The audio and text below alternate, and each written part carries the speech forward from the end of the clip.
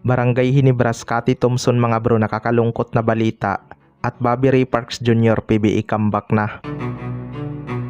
So bigla na namang nag-iba ang performance ng Barangay Ginebra sa kanilang huling laban mga bro. Parang bigla nga silang tinamad sa depensa noong nakahabol na ang Meralco Bolts. Sayang talaga dahil binangko nga ni Coach Timcon si Sunny Estel noong 4th quarter. Kahit maganda naman ang kanyang naging performance, baka na bad trip si Coach Timcon sa kanyang naging turnover. Inako naman ni Sunny Estel mga bro na mali talaga siya doon kaya nagkaroon sila ng turnover. Kahit si Japit Aguilar ay puro reklamo na din sa dulo at napoprostrate pa sa mga referee. Pero marami na namang basher ni Scottie Thompson ang naglabasan mga bro dahil bagsak na naman daw ang kanyang performance.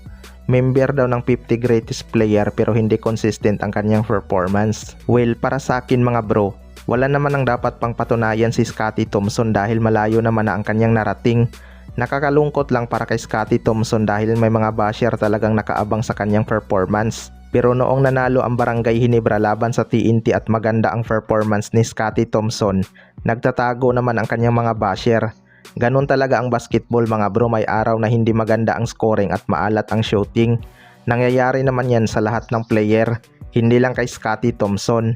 Sa kabilang banda naman mga bro, Barangay Ginebra, Bobby Ray Parks Jr. PBA comeback.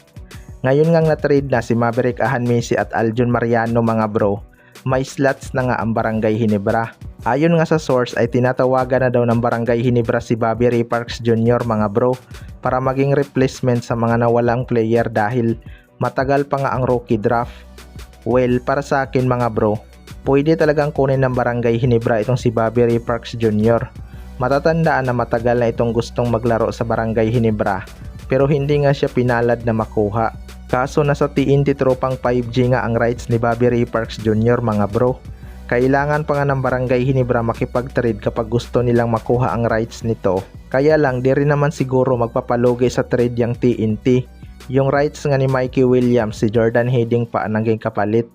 May mga trade asset pa naman ang Barangay Ginebra na pwedeng ipalit kay Bobby Ray Parks Jr. Gaya ni Ralph Co at Jeremiah Gray.